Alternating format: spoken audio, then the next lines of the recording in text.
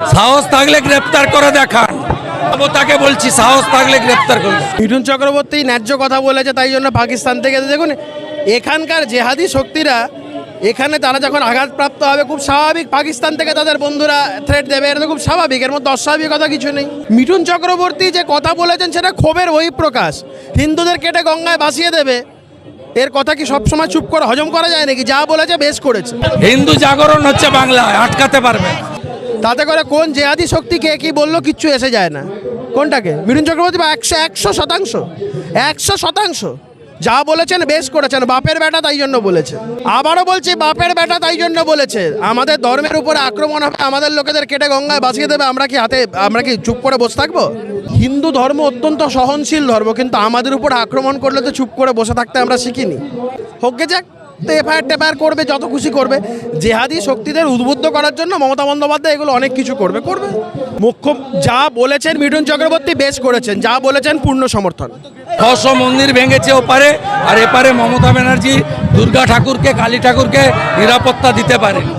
মিছিল নয়, সনাতনের মিছিল। সনাতনীরা কালকেও ঐক্যবদ্ধ থাকবে, আজকেও আছে, পরশুদিনও থাকবে। বাংলায় 80% হিন্দু এক হবে এবং এখানে হিন্দুদের স্বার্থ রক্ষা করার সরকার তৈরি করে। False FIR. সাহস থাকলে গ্রেপ্তার করে দেখা, সাহস থাকলে গ্রেপ্তার করে দেখা বলছে। তাদেরকে আগে ফার্স্টে বলুন হুমায়ুন কবির যে বক্তব্যটা দিয়েছিল সেই বক্তব্যটা কোন থানায় এফআইআর হয়েছে, কোথায় অ্যারেস্ট হয়েছে, সেটা আমরা আগে একটু দেখতে চাই। ওই মিঠুন চক্রবর্তী, শুভেন্দু অধিকারী, সুকান্ত মজুমদার, দিলীপ ঘোষ এদের নামে এফআইআর করে কিছু হবে না। তারা হিন্দু ধর্মের কথা বলবে আর নিজের ধর্মকে রক্ষা করার সবার অধিকার রয়েছে। কিন্তু আমাদের প্রশ্ন হচ্ছে, আমরা তো অন্য কোনো ধর্মকে আঘাত করতে যাচ্ছি না।